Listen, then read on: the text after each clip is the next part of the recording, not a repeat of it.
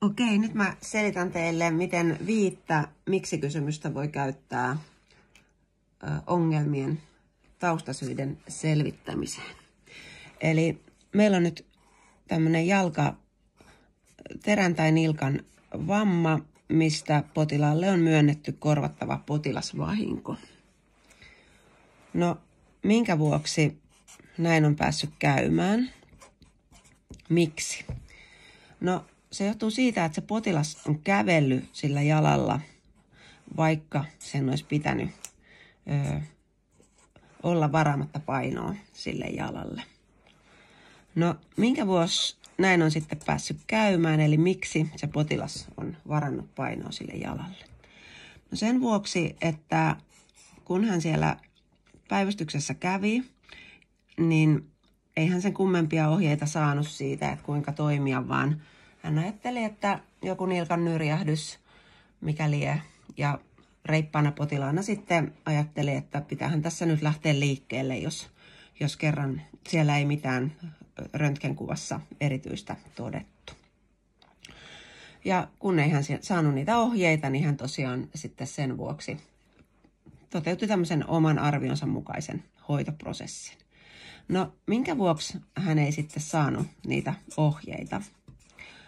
No, sen vuoksi, että hoitohenkilökunnalla ja ammattilaisilla, jotka häntä hoiti siellä, ei ollut selkeästi tiedossa mitään ohjeistusta tai että miten tämmöisessä jatko-ohjeistuksessa sitten kannattaa potilaan suhteen toimia. Niin ei hänelle sitten ollut erityisemmin annettu mitään ohjeita. No, minkä takia niitä ohjeita sitten ei ollut tai miksi niitä ei käytetty? Täällä tulee nyt jo 4. miksi-kysymys. Näitä miksi-kysymyksiä siis voi olla enemmän tai vähemmän, mutta yleensä niitä on niin kuin tuossa esimerkissä 5. Mulle tulee vähän enemmän niitä. Eli miksi niitä ei joko ollut tai sitten niitä ei käytetty?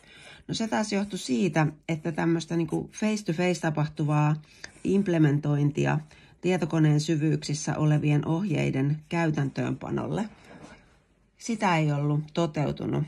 Ja myöskään uuden ammattilaisen perehdytyksen yhteydessä ei tämmöinen ohjeiden sijaintipaikka ollut tullut esille. No, minkä takia tätä tietoa ei ollut mennyt niille ammattilaisille? No siitä syystä, että organisaatiotasolla implementointi ohjeiden käytöstä ei tapahtunut asianmukaisella ja riittävällä tavalla. No minkä vuoksi? Tuohon pannaan vielä 1 why. No minkä vuoksi tämä ei sitten tapahtunut asianmukaisella ja riittävällä tavalla?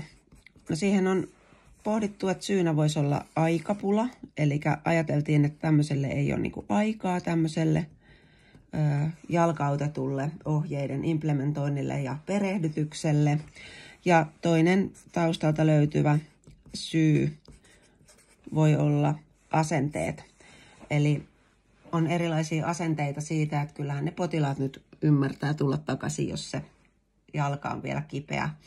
Tai asenteet siitä, että kyllä ne ammattilaiset nyt osaa tämän ohjeistuksen tai osaa hoitaa tämmöisen helpon vaivan nimeltä nilkan tai jalkaterän nyrjähdys, venähdys. Minä se oli alkuperin diagnosoitu, koska röntgenkuvassa ei löytynyt kummempaa. Eli nyt se tarkoittaa sitä, että meidän täytyy olla aikaa tehdä implementointia, tehdä laatia kunnon ohjeet ja jalkauttaa se tieto henkilökunnalle ja kouluttaa henkilökunnalle erilaiset hoitoprotokollat ja käytännöt. Eli 5 why-kysymystä on tosi kätevä, kun selvitellään, että miksi joku asia meni pieleen.